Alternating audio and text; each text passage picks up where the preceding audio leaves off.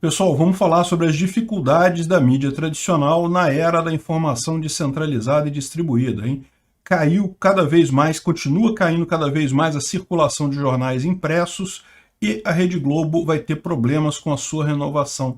Vamos entender o que está acontecendo. Essa notícia foi sugerida por John27, o historiador, e várias outras pessoas. Obrigado aí ao pessoal que sugeriu a notícia. Obrigado a você que está assistindo o nosso vídeo. Se você gosta do nosso conteúdo, por favor, deixe o seu like, se inscreva aqui no canal, né?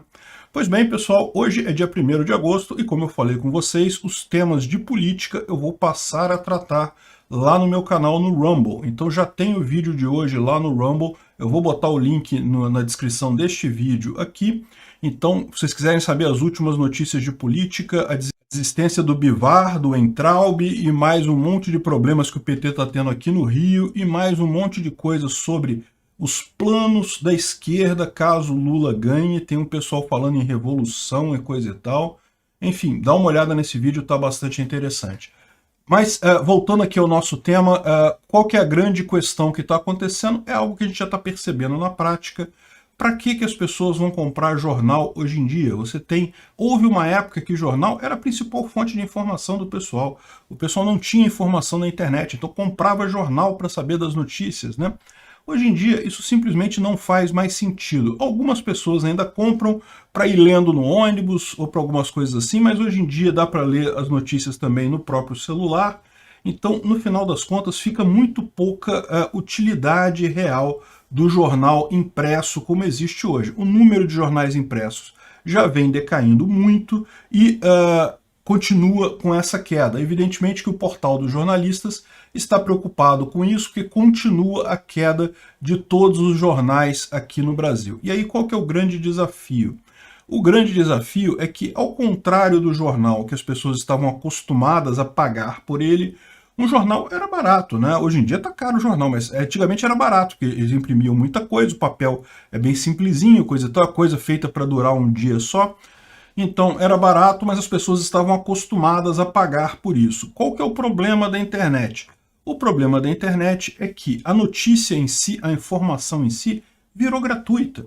Os grandes jornais estão preocupados e tentando botar paywall, não sei o que lá. É uma besteira, porque qualquer notícia que você queira ver, você vai achar essa informação de graça na internet, seja no Twitter, seja em outros sites, seja no Facebook, no YouTube, você vai achar informação ali também. Então é uma besteira, as pessoas não vão pagar um paywall para ver o seu jornal, a menos que queiram pagar para ajudar o seu jornal. Elas não vão querer pagar aquilo porque simplesmente hoje em dia a notícia é de graça. Mas então, como é que os jornais podem sobreviver? Como é que tem acontecido? O que mudou em termos de importância nas notícias? Veja, continua havendo mercado aí também. O que é o mercado agora? O mercado mudou. O mercado não é mais vender a informação como era no passado. O mercado agora é vender a editoração e a opinião. Ou seja, o que o público ainda espera ver das fontes de notícia deles? Primeiro, a editoração, você separar o que é importante, não falar coisas que não vão ser interessantes para aquele público, para quem gosta de ouvir o seu jornal. Então isso é uma coisa importante. Todos nós temos um monte de coisa para fazer no dia todo e a gente não quer ficar perdendo tempo assistindo determinadas notícias que não interessam para a gente. Então, editoração, escolher as notícias é algo que agrega valor para o público. E, finalmente, opinião. Opinião é algo que o público gosta de ouvir, gosta de cada vez mais você tem visto isso, jornais mais opinativos. Até os jornais da mídia tradicional perceberam isso e viraram opinativos. Ou seja, eles têm uma opinião própria, têm um lado político, né? Houve uma época, lá nos anos 50, anos 60, sei lá, que o objetivo de todo jornalista era a imparcialidade. Não, o jornalista tem que ser imparcial. Hoje em dia isso não vale mais, por quê? Porque justamente a notícia não vale nada. Então se o jornalista for imparcial, não colocar a opinião dele, não fizer uma contextualização daquela notícia dentro da história, dentro do movimento, do ponto que você está na sociedade, o que vai acontecer? Esse jornalista simplesmente vai ser visto como dando algo sem valor. Porque a informação em si, a notícia em si, é de graça, todo mundo já tem ela. Fica uma coisa vazia, né? E aí qual que é o grande problema que esse pessoal está enfrentando? São dois grandes problemas, na verdade. O primeiro é, eles têm que entender que agora eles estão no mercado de opinião. Então isso significa que a opinião deles vai estar concorrendo com a opinião de outras pessoas. Antigamente a mídia tradicional estava acostumada a ela impor a opinião dela no jornal e não ter ninguém para discutir aquilo, não ter opinião contrastante vindo de outro lado, crítica a ela mesma, esse tipo de coisa. Hoje mudou, é por isso que os jornalistas falam tanto de fake news, eu não sei o que ela... Na verdade o que eles chamam de fake news são pessoas com opinião diferente da opinião, digamos, mainstream da mídia tradicional. Então eles estavam acostumados a colocar a opinião deles sem ter isso contestado. Hoje eles botam a opinião deles e veem essa informação ser contestada, né? Então, por exemplo, a tal da Carta para a Democracia que foi criada aí e que muita gente tenta dar um ar de que é algo isento. Na prática, todo mundo sabe que não é isento. Já circulou essa informação por aí. E aí o pessoal da mídia tradicional fica chamando isso de fake news. Não, não é fake news. Isso é óbvio. É só você ver por A mais B quem é que está por trás dessa carta, como é que ela foi montada, quem é que está assinando. É evidente um manifesto contra Bolsonaro e a favor de Lula. Então, assim, é algo político no final das contas. E isso gera todo esse movimento anti-fake news e coisa e tal que a gente está vendo por aí. E, de novo, notícia falsa sempre existiu. Existiu na mídia tradicional, existe na internet agora. Eu acho que é um problema a notícia falsa mesmo. O problema todo é a maior parte do que o pessoal chama de notícia falsa não é de fato notícia falsa. É justamente o entendimento diferente do mesmo fato. Então isso não é fake news, isso é opinião. Opinião não é falsa, é a sua opinião. Como é que ela pode ser falsa? Então, mas é dessa forma que a imprensa coloca a coisa, né? Por quê? Porque ela está se acostumando com isso daí. Mas esse nem é o problema maior. O problema maior da mídia tradicional é que ela tem que se acostumar a um custo muito mais baixo. As mídias que surgiram já na época da internet, elas já surgiram com um grau de custo, uma estrutura muito menor, muito mais pulverizada a informação. Não é mais um grande canal que jorra a informação, não, é uma coisa pulverizada, é um monte de gente falando com estruturas muito pequenininhas, tipo eu aqui, ó, uma estrutura pequena, uma câmerazinha, uma luz e pronto. Um fundo verde, é uma estrutura pequena. Se você pegar um jornal grande desse, eles têm uma estrutura enorme. Para você equacionar essa coisa, baixar do grau de custo, do custo fixo deles, para o custo fixo que tem um jornal de internet típico, é uma dificuldade muito grande. É muito difícil para as empresas reduzirem de tamanho, né?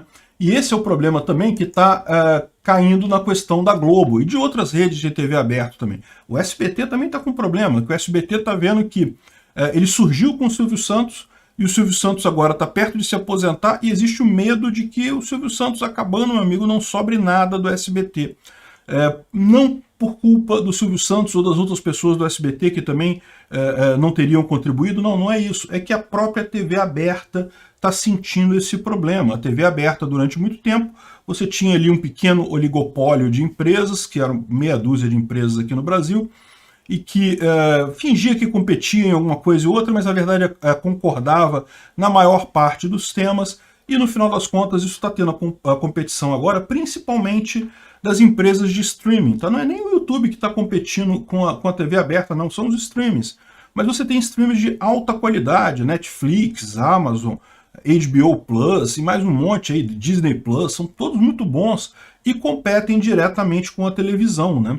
Então você fica numa situação, de novo, que eles, para entrar nesse meio, eles têm que se adequar em termos de custo, eles têm que reduzir o custo muito, o que é um problema. Pega a Rede Globo, que tem aqueles estúdios enormes, uma qualidade técnica excelente, não tenha dúvida, a qualidade técnica da Globo é ótima, uma capacidade enorme, mas é o quê? É um tiro para matar um mosquito.